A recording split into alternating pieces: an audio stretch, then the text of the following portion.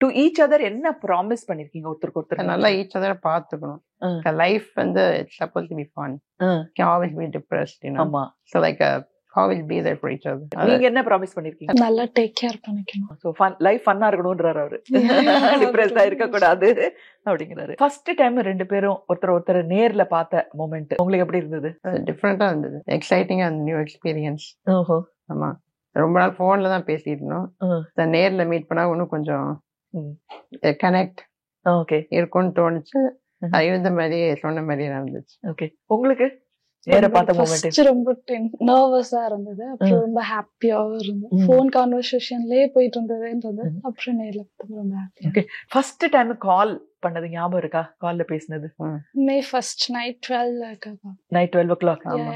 Actually நமக்கு 12, அவங்களுக்கு வந்து மார்னிங். சோ நீங்க தூங்கி எழுந்திருச்சீங்களா இல்ல அலாம் வச்சு? ஆக்சுவலி நான் அத வந்து டிராவலிங்ல இருந்தேன். சோ தட் அது எந்த ஊர்ல இருந்தீங்க? எந்த இடத்துல உட்கார்ந்திருந்தீங்க அப்போ? மதுரை. பஸ்ல டிராவல் பண்ணிட்டு இருந்தேன். பஸ்ல தான் கூப்பிட்டீங்களா?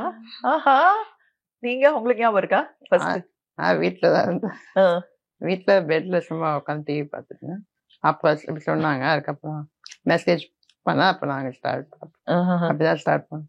ஓகே, ஏதாவது ஒரு விஷயம் இது வரைக்கும் அவர்கிட்ட சொல்லல அப்படின்ற மாதிரி விஷயம் எல்லாம் இருக்கா உங்களை பத்தி?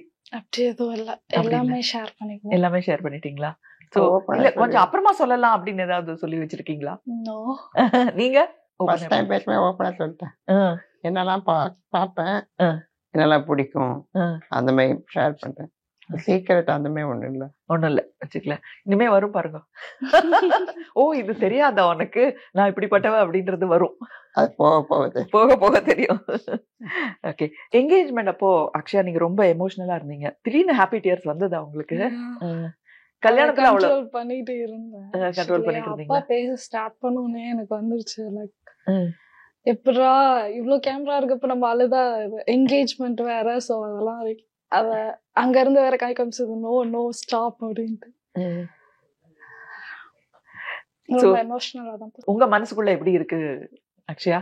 ரொம்ப ஹாப்பியா இருக்கு. ஒரு ட்ரீம் மாதிரி இருந்ததா இல்ல ஐஸ் ஓபனா எல்லாமே அவேரா தான் இருந்தீங்களா நடக்கிற எல்லா விஷயத்துக்கும்? ட்ரீமா தான் இருந்தது. உங்களுக்கு is it like a dream or are you aware of every little thing that is happening? புரியுதா? I like when they're planning and stuff, like I like listen in, you know, and I will give them like my like opinions and stuff, like how okay you can do like this or like this, and my different opinion நானும் offer பண்ண help பண்ணிட்டே இருப்பேன். நீங்களும் அப்பா அம்மாவுக்கு சொல்லிக்கிட்டே இருப்பீங்க இல்லையா? ஆமா. சோ அந்த பிளானிங் நல்லா இருந்ததா?